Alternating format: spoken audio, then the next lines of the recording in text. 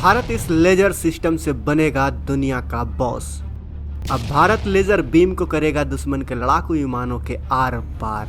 भारत ने तैयारी शुरू कर दी है दुश्मन को आसमान में ही मार गिराने की। अब बस एक बीम से ही दुश्मन का बिछाया हुआ सारा आसमानी जाल चकनाचूर हो जाएगा। भारत अपने डिफेंस सिस्टम को दुनिया के सबसे मजबूत और अटूट डिफेंस सिस्टम बनाने के लिए जी तोड़ कोशिश कर रहा है। दोस्तों, DRDO यानी defence research and development organisation के अंतर्गत काम कर रही lab centre for high energy system and sciences की CHESS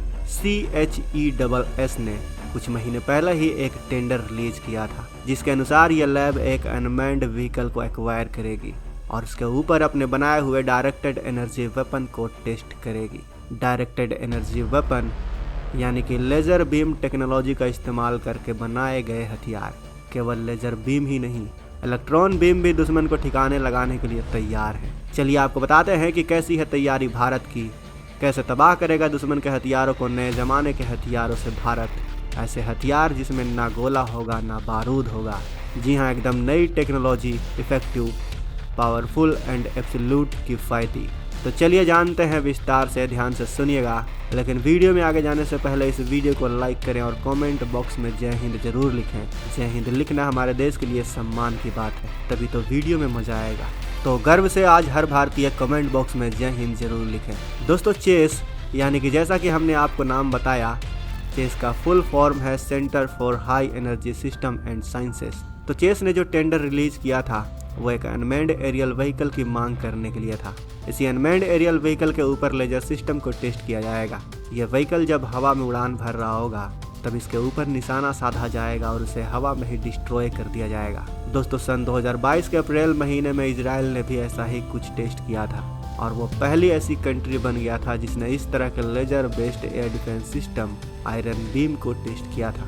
इसे हवा में उड़ रहे rocket, missile, anti tank missile या ड्रोन या कोई भी एरियल ऑब्जेक्ट डिस्ट्रॉय किया जा सकता है। इजराइल ने इसका धमाकेदार वीडियो इंटरनेट पर भी शेयर किया था, जिसमें ग्राउंड स्टेशन से एक लेजर बीम निकल रही थी जो अपने एरियल ऑब्जेक्ट को निशाना बना रही थी और उसके चीथड़े उड़ा रही थी। ऐसे चीथड़े उड़ाने की तैयारी अब भारत की भी है। अब आगे की वीडियो पे आप ध्यान दीजिएगा। भारत की लैब टेस्ट अब क्या करने जा रही है जानकर गर्व करेंगे। दोस्तों, DRDO के लैब टेस्ट के लिए अनमैन्ड एरियल व्हीकल यानी UAV की मांग की गई है। ये UAV 20 cc के IC इंजन से लैस होने चाहिए। इसका 2 से 2.5 मीटर का विंग स्पैन होगा। ये 500 मीटर तक की ऊंचाई पर उड़ सकेगा और 3 किलोमीटर की दूरी तय कर सकेगा और 30 मिनट तक हवा में बिना रुके उड़ पाएगा। यानी एक छोटा और लो कॉस्ट सिस्टम होगा जिसकी ज़रूरत सिर्फ लेजर सिस्टम को टेस्ट करने के लिए है।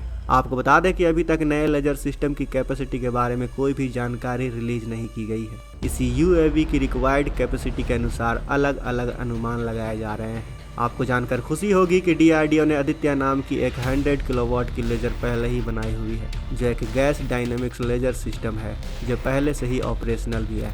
इसे DRDO ने इस्तेमाल भी कर लिया है, लेकिन यह इतना पावरफुल नहीं है जितना बाकी देशों के लेजर सिस्टम है। ये शॉर्ट रेंज के एरियल ऑब्जेक्ट को ही डिस्ट्रॉय कर सकता है। अभी तक का लेजर सिस्टम मेनली एक ड्रोन डिफेंस सिस्टम है, जिससे हवा में उड़ रहे ड्रोन्स के पार्ट्स को डिस्ट्रॉय किया जाता है। लेकिन अब 300 किलोवाट का लेजर सिस्टम बनाने की तैयारी है, जो पहले वाले लेजर सिस्टम से ज़्यादा पावरफुल और कैपेबल होगा।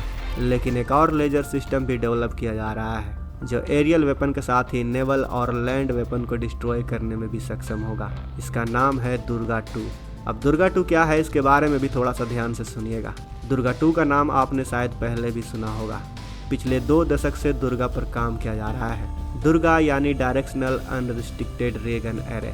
दोस्तों, दुर्गा 2 एक हाईली पावरफुल लेजर सिस्टम होगा जिसके लिए मिनिस्ट्री ऑफ डिफेंस से DRDO ने $100 मिलियन यानी कि 730 करोड़ की मांग भी की थी। यह है दुर्गा की डेवलपिंग कॉस्ट। दोस्तों, इस लेजर बीम से किसी भी वेपन को डिस्ट्रॉय करने के लिए कोई निशाना नहीं साधना पड़ता, बल्कि कंप्यूटर सिस्टम पर ही इसे कुछ स्पेशल डिजाइन सिस्टम के जरिए कंट्रोल किया जाता है।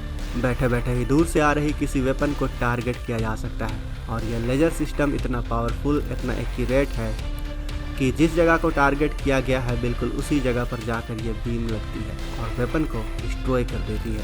दोस्तों, कुछ देर पहले हमने आपको बताया था कि इजराइल ने अपनी तरह के पहले आयरन बीम लेजर सिस्टम को टेस्ट किया है। भले ही इजराइल का लेजर सिस्टम बेस्ट हो, लेकिन भारत का जो लेजर सिस्टम है वह 3 तरफ से हमला करने में सक्षम होगा, यानी फाइटर जेट से भी, ज़मीन से भी और समुद्र से भी।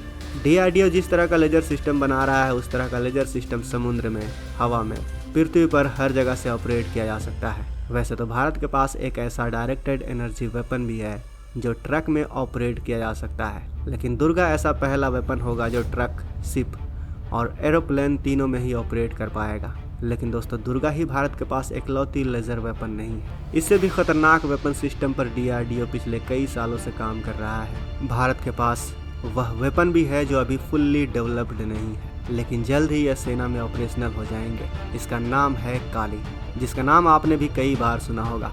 काली यानी किलो इंपीरियर लीनियर इंजेक्टर। यह इलेक्ट्रॉन बीम की मदद से टारगेट को डिस्ट्रॉय करता है। इससे टारगेटेड वेपन में कोई होल नहीं होता, बल्कि उसके इलेक्ट्रॉनिक सिस्टम ही डिस्ट्रॉय हो जाते हैं। यानी जब काली से किसी वेपन को टारगेट किया जाएगा तो इसके इलेक्ट्रॉन बीम की पावरफुल पल्सेस उसे पूरी तरह से अंदर तक डिस्ट्रॉय कर देंगी और उसके सभी इलेक्ट्रॉनिक सिस्टम फेल हो जाएंगे।